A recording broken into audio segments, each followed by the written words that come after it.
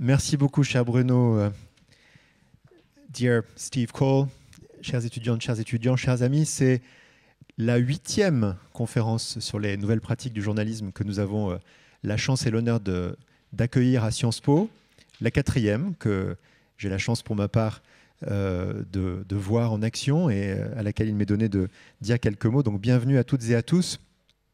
As you know, this conference is co-organized by Sciences Po and by the School of Journalism of Columbia University, of which we have the great pleasure of welcoming the Dean, Steve Cole, who's here with us today and who'll be addressing you a little before 10 a.m. this morning.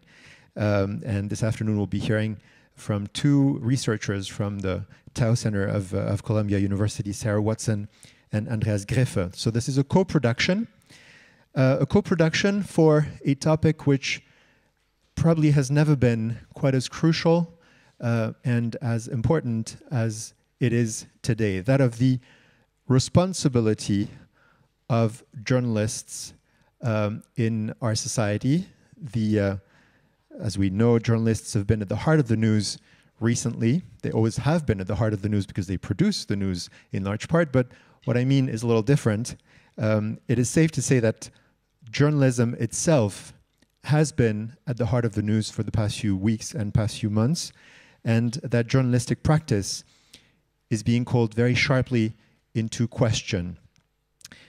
Because behind the issues which are raised by the technological evolutions which are revolutionizing the job of journalists, and therefore the position of the media, the question is that of the position of journalists themselves as political players, which has come under scrutiny following the results of the recent elections, of course, most importantly, those of the American presidential election, but of course also, in our context, those of the primary election of the right and the center in France.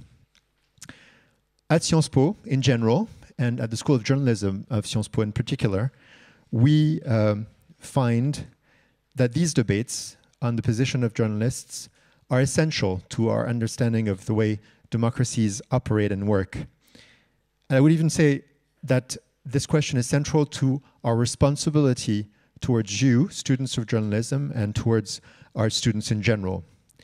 We believe that journalism counts. And yes, Sciences Po has a role to play in helping journalists, be they students or active professionals, report the facts, decipher the issues that affect our democracy, and obviously also take an active part in renewing that democracy.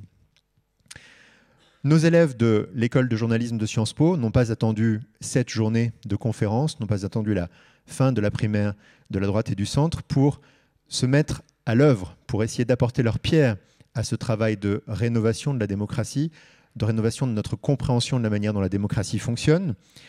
Ils présenteront, avant la pause du déjeuner, je crois, un travail très important qu'ils ont conduit au cours des dernières semaines, derniers mois, qui a été la création d'une application mobile, Contre-champ 2017, une application qu'ils ont intégralement développée et que je vous invite à télécharger sans attendre sur l'App Store.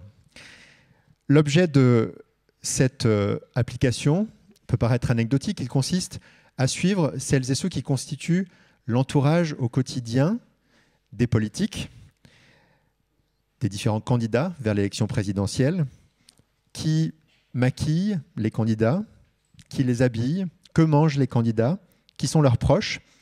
Ces sujets, au fond, loin d'être aussi épidermiques ou superficiels qu'on pourrait le croire, nous disent beaucoup sur les candidats et les candidates eux-mêmes, nous apportent un éclairage particulier sur ces femmes et ces hommes de l'ombre qui accompagnent au quotidien celles et ceux qui se préparent aux responsabilités suprêmes, celles de la présidence de la République française, sur ces professionnels de la politique que la revue Charles appelait récemment les ouvriers de la politique. Et je crois que dans ce terme ouvrier, il ne faut rien entendre de péjoratif, il faut au contraire entendre tout ce qu'il y a d'industrieux, tout ce qu'il y a de dévouement, tout ce qu'il y a d'ardeur au travail dans ce mot ouvrier.